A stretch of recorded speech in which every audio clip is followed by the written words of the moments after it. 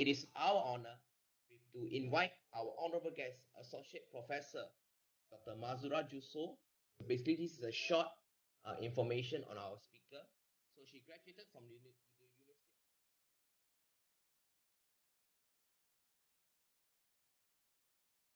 Today, the topic given to me was actually PhD proposal defense. Okay, so but I choose to put the topic or the title of my slides to be how to defend your PhD proposal like a pro. All right. So the purpose of this defense is actually to judge your ability to plan and conduct your research at the PhD level. And this is also to assess your title, the magnitude and significance of your research, of the proposed research. Okay, so according to the postgraduate guideline, you have to do the first stage presentation in your third semester for a PhD study. Right, so as you can see here, these are, in short, the assessment criteria that you have to look at or put your focus on when you're preparing your proposal. So when you prepare your proposal, all of these should be in your research proposal. The next assessment or the next criteria is for the examiner to see your novelty or originality of your work, okay? So the next, because when you are doing your first stage defense, okay, first stage examination, they will go through the proposal chapter by chapter, and these are the criteria that they're going to look at, your examiners. I think there's a question, so I'm trying to read out to you. This is from Azizu. She's mentioning, selamat pagi doktor, saya sambung pengajian sambil bekerja di sektor swasta. Namun bila berhadapan dalam keadaan, so he's mentioning about membuat kajian dan meletakkan isu dan masalah yang dihadapi ke dalam problem statement. Bagaimanakah beberapa isu dan masalah ini menjadikan kajian sangat penting dalam pengaruhi panel dan proposal defense? Adakah memadai hanya satu sahaja problem statement dalam sesebuah kajian? From Okay, I'll try to understand the question. Is an issue of formulating a problem statement that is in a working scenario, isn't it, Sapuni Azizo? So you think that there is a limitation on what you can do because you're working in the sector, in the private sector now. So it's hard for you to have a wide or a big problem statement, right? So no problem. The problem statement can be very small. I mean, the problem that you are solving can be very small as long as it's contributing a new knowledge to the area. No problem, Azizo. So, so far there's one from Ayman. One question, doctor. Is it not an issue on the formatting for the flow chart? no, there is no particular format for that flowchart. You can do that any way you like. The fancier it is, the better. Okay, so you want to do it in a fancy way, very graphic, then you are most welcome to do it. I have question regarding the methodology. I'm Umi. Doctor, is it okay if the methodology is I write it down according to subsection, accordingly to the objective that I have?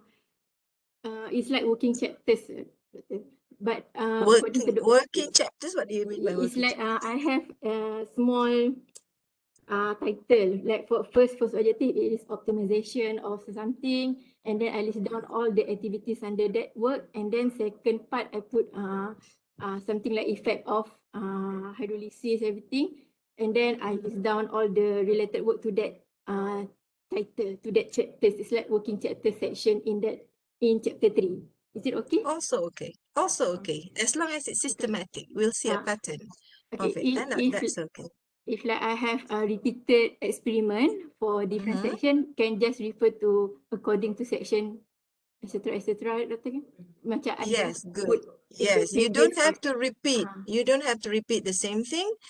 okay. Just refer to, I mean, what you can write is the experimental procedure is can be referred to in section which in which. Okay. All right. Okay. Thank you very Okay. much, Doctor. Yes, that's okay. That's absolutely okay. So you are free to arrange your chapters to your likings as long as it's systematic. It's not all over the place. One time you're talking about the catalyst, and then you're talking about the experiment, and then you go back to the catalyst, something like that. It's not systematic. And as long as it's systematic, you want to do objective by objective, then that's okay as well. What I want to talk to you about just now, the auto format in Microsoft Word. I don't know how many of you is familiar with this, but because I was involved in compiling very, very big documents, like 1,000 pages, thousands of pages. So we need to use this in the Microsoft Word. They have tools, the Microsoft Word have some tools for you to do report writing easily, like caption and cross-references. These are for tables and figures. That's it, I think, for the proposal. Now we go to the defense, what you are going to do. So what you want to do is you want to prepare your slides. When you prepare your slides, you want to use bullet points and you want to emphasize important parts of your slides. So like what I'm doing with you now, I underline what I want you to really see. All right, so please check that there is no grammatical mistakes, and you put pictures and images, but make sure it enhance your presentation, not clutter your presentation. Okay, so prepare your slides and then arrange the sequence of the presentation so it will go through with your proposal accordingly, and make sure it will run smoothly, and again, don't make it look cluttered. So once you have prepared your slides, you want to do your homework. You have to know every bit of sentence you put in the slides as well as in the proposal. And then, if possible, please arrange for a mock presentation with your supervisor. Questions. All right. And this is also very important. Please do some research on your chairperson, as well as your examiners. All right. Okay, so now we'll go to on the day of the defense. Okay, that's before you want to prepare the slides, you want to practice, you want to have a mock with your supervisor and gather some information on your examiners. Now you arrive on the day, which is on the day of the defense. What you want to do first is you want to pray. Okay, all right, so now let's go to the tactics, okay, to the techniques and tactics. First, you have to be prepared. You have to make sure that you bring everything that you want to bring. So for face-to-face session, you want to bring a copy of your proposal with you. All right, you want to bring your laptop. You want to bring what else? Your laptop, a copy of the proposal. I think that's all. For all the data should be in your laptop, right? All right. So then you want to dress well. Okay, this is very important for a face-to-face session as well as for the online session. So dress well and then be on time. This is important as well. So for an online session, it is advised for you to be there 15 minutes before the session for you to see whether you can upload or you can share your slides accordingly when asked, and then do not let your panel wait for you. So for a face-to-face first stage examination, if the session starts at 9, it's appropriate for you to be there at 8:30. So be on time. And then when you are presenting, please be confident but not arrogant, not arrogant. So if you see here in the pictures, okay, don't put this kind of expression when you are presenting.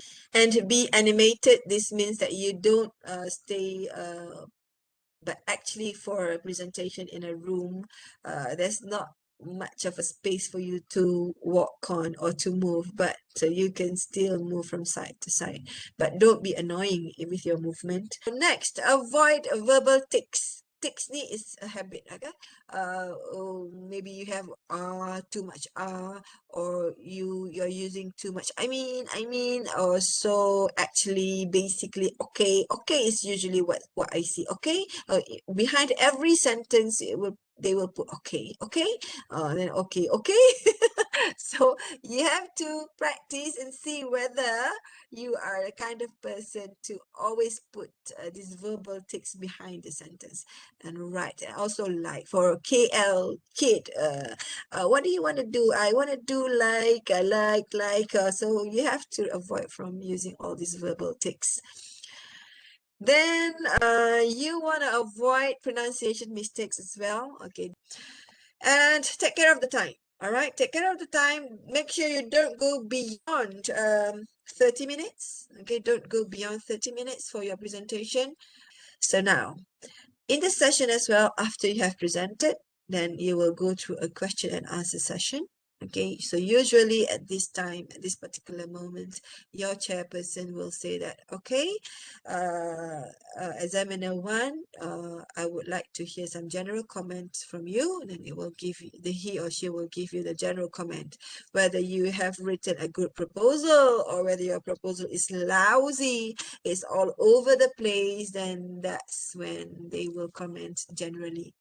And then they will go through a chapter by chapter session, page by page, mind you, it's page by page. So it's going to be 2 to 3 hours for one student for first stage examination. So what will happen? Okay, so they will go through sentence by sentence, and then you have to defend all the facts that you put in your proposal. But remember, don't be too defensive. Don't be defensive. So proposal defense, I know it's called proposal defense, but it's not to be defensive. A defense does not mean to be defensive. You know what defensive is? Defensive tu macam annoyingnya budak ni, macam dia je yang betul. Something like that. So don't be defensive. And you don't have to defend your thesis proposal to the death. That means you know you are right. I don't want to change it. Next is for you to record the comments. That's why for an online presentation, you're lucky because for SKT, for SCEE, they always record the session, and then you can request for the video. You can request from the office for the video. But for a face-to-face, you have to bring your own copy. I always see this happening again and again. If I were a student, I will bring a copy of that proposal for me to write down all the comments. All right, so I think at the end of the question and answer, if they will go from chapter 1 down to chapter 4 and to the conclusion.